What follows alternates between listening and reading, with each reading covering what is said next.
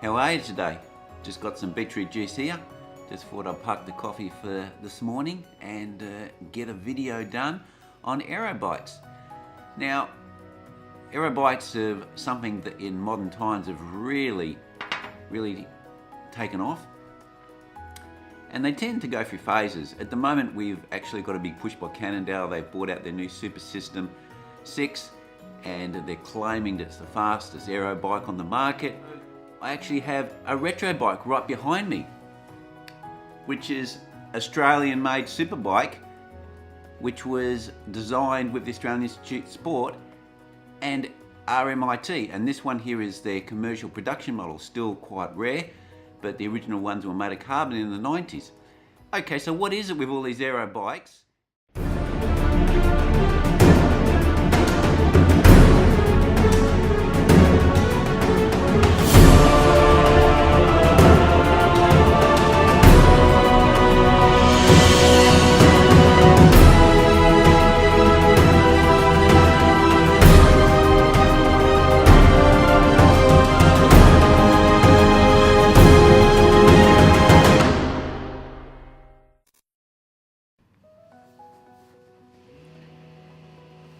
Okay, so what is an aero bike?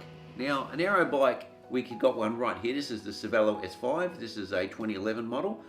But generally, the Cervelo S5 didn't change much over the years. They've just tweaked the front end of the bike. So if we actually have a look at it, we can see here that we have not a round down tube. We have a kind of long shaped, thin, with a front plane to it here, and this piece has been dropped down so it becomes closer to the wheel. Now this is to the way they've designed it to actually make this transition from the rim to the down tube as smooth as possible to actually reduce the drag. The forks are also designed in a way that they reduce drag. The section through here has been elongated, so it's designed to reduce drag, but now, even today, they're making aero stems and we're having very small frontal areas to the handlebars. So this is basically what we call an aero bike that has modified shapes to make the air as it passes over it come back together without creating as much turbulence as possible.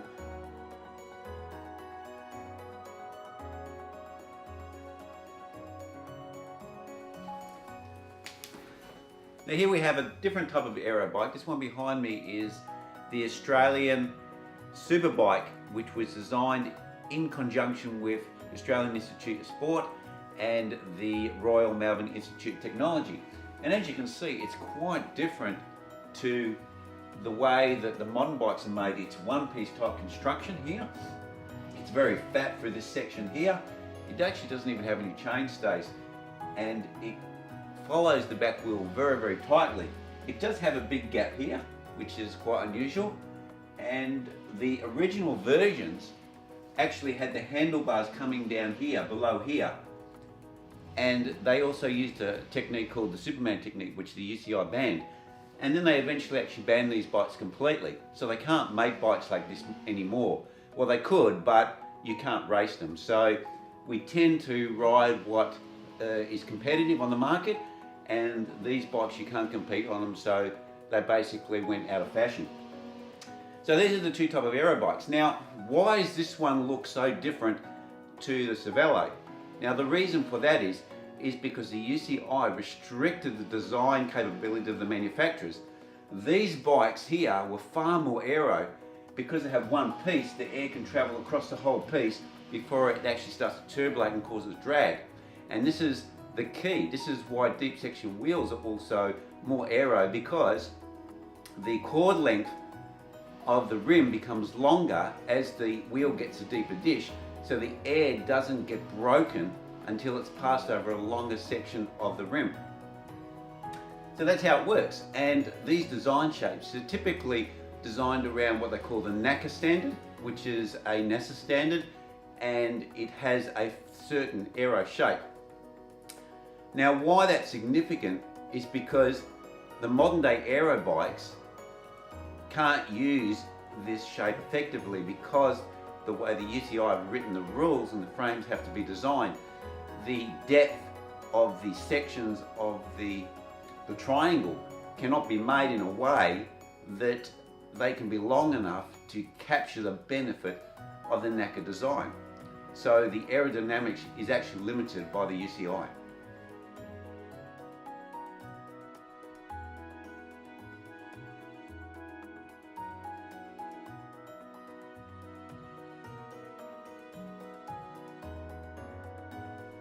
So what can manufacturers do to make aero bikes?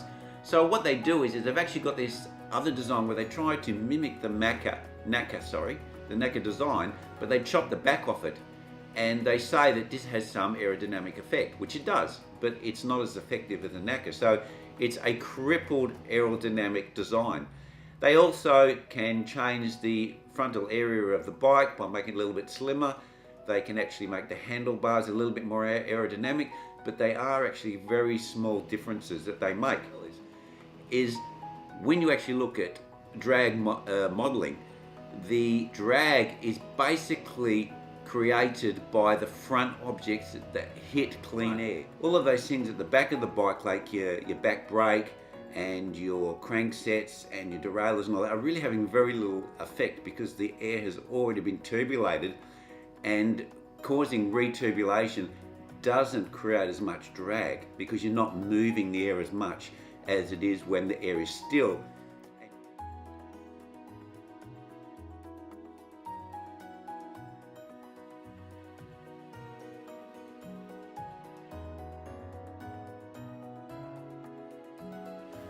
Okay, so you say, what does that mean? What does all this stuff mean, you know?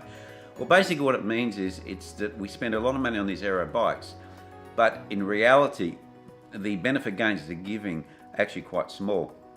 And even with the Cervelo S5, the claimed advantage over 40 kilometers, I think, was just over a minute from memory. You can check it up, it's on the Cervelo website. So what we're talking about is a very, very small advantage, so 1 minute out of 60. But when you actually put a rider on a bike, most of the drag is created by the rider. 80% of the drag is created by the rider. So if you really, really want to worry about aero gains, you need to get yourself into a wind tunnel and get yourself into an optimum position. And even then it's very tricky because you need to balance your wattage output to how aero you can get. You might be able to actually get more aero, but if you can't push the watts for a long period of time for the 40 kilometers that you're riding, there's no advantage.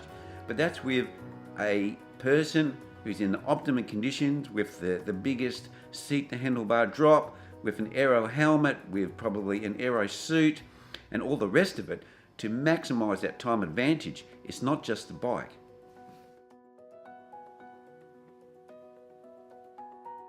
I mean, I bought an aero bike. In fact, I bought two aero bikes. I bought the super bike here that's right behind me, and I bought a Cervelo S5. And, you know, they do the job quite well.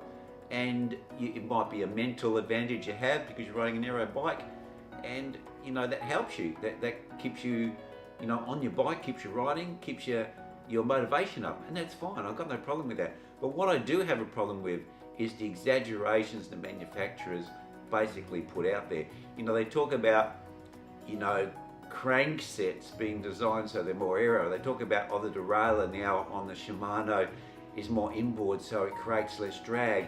We hide the brake behind the seat post. We hide the brake behind the crankset because it creates less drag. And this is just complete, utter rubbish. And, you know, they sell you handlebars, these aero handlebars, which can be like almost $1,000 US, one piece aero bars, and you're saving, like, lucky to save 5 watts. It's just not good value. Now, yeah, as I said, you know, if you want to buy that stuff, that's fine, go for it. If it keeps you riding, go for it. But you've got to understand that the hype in the cycling industry is a little bit exaggerated, and that's what gets up my goat, because they're not realistic. But remember also, these aero bikes, they're just a bit of a pain to live with. I mean, I had a lot of trouble with my Cervelo, basically, I just don't use it anymore because it's just become such a pain in the neck. Like, the seat creeps all the time, it creeps down, and if you take the seat post out, right, and you don't forget to take the little locking device out, it falls down in the frame, that's a pain in the neck. A lot of lights just won't fit on it because it's got this like Aero seat post that you have to put on. The actual adjustment at the top of the seat post is like, on the face of it looks like a great design. It's a one screw does all design, but again, it creeps and moves. It's flawed. And then I had such a nightmare with cable running. I had another Cervelo as well, a S3, and I had exactly the same trouble with it. The cable routing on them is just terrible, and you just are having constant adjustments to the gear changing to keep it running properly. And even then, it's like you'll go up the cat, sit down, the cat, up the down. Then all of a sudden, it's just clicking, click, click, click, click, click, click. You have to micro adjustment to get it to go, and they're just a nightmare unless you want to go for electric systems on these sort of bikes. The cabling is just so bad that with the 11 speeds and 12 speeds and the amount of cable movement, they just don't work properly. And you just gotta be aware of this if you're buying these type of bikes. They have extra issues with them.